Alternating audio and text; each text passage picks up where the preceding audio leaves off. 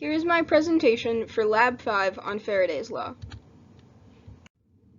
The purpose of this lab is to observe a magnet falling through a tube of aluminum foil and compare our results from this to an ideal computational model.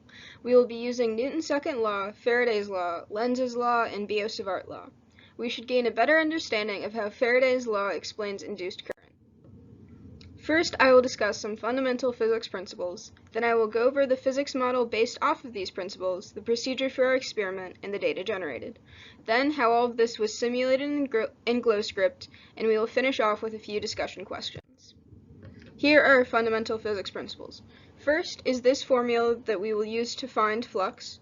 Then we also have Lenz's law, which says that voltage is equal to the change in flux over time. And we have Faraday's law, which states that induced electron current flows in a direction that opposes the change in flux.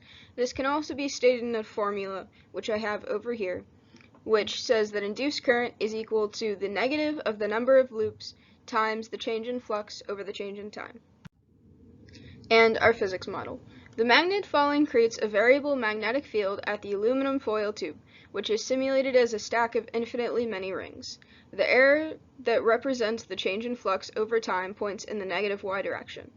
The magnetic field due to the induced current points in the positive y direction. Because of Lenz's law, we know that the induced current must be in the positive z or counterclockwise direction. We know the magnetic force equals I times delta L cross B, and if we enter the information we know, we have that force equals I times 2 pi r times B sine theta. And here are the measured properties of our foil tube and polar magnet. We know that the length is 0.3 meters, the inner radius is 0.025 meters, the outer radius is 0.03 meters, and then the outer radius minus the inner radius, or the thickness of the tube, is 0.005 meters. The resistivity, which was provided to us in the instructions, is 2.65 times 10 to the negative 8th ohm meters. Our magnet weighs 0.023 kilograms, and the magnetic dipole moment from Lab 3 is 2.1 ampere meter squared. Here was my procedure. First, we had to find the length, inner radius, and outer radius of our aluminum foil tube. Then, we dropped a polar magnet down the tube with the north pole first and measured the time it takes to reach the bottom. I recorded every time and then repeated this 4 more times and averaged the results, as you can see at the table on your right.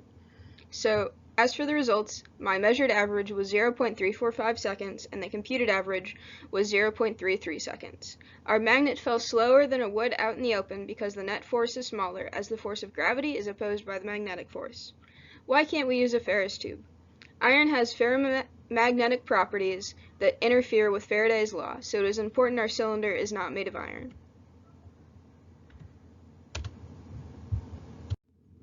Here is how I visualized the tube and the magnet from the starter code that was provided to us. And here is how I calculated the magnetic field using Biot-Savart law put into GlowScript, and then how I calculated d phi over dt, or the change in flux over the change in time. And here is how I simulated the position over time. First, I found the net magnetic field on the magnet from all of the rings. Then I found the acceleration with Newton's second law, I updated the position, I plotted the position versus time, and then I repeated.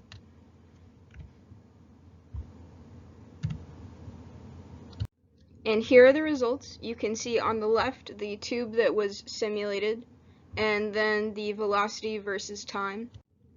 And for our discussion questions. What if the resistivity of the conductor were reduced as close as possible to 0? Without resistance present to reduce the current and magnetic force would grow and the magnet would fall even slower. What if holes or slots were cut into the tube? There would be less net aluminum foil, so the magnetic force would decrease and the magnet would fall faster.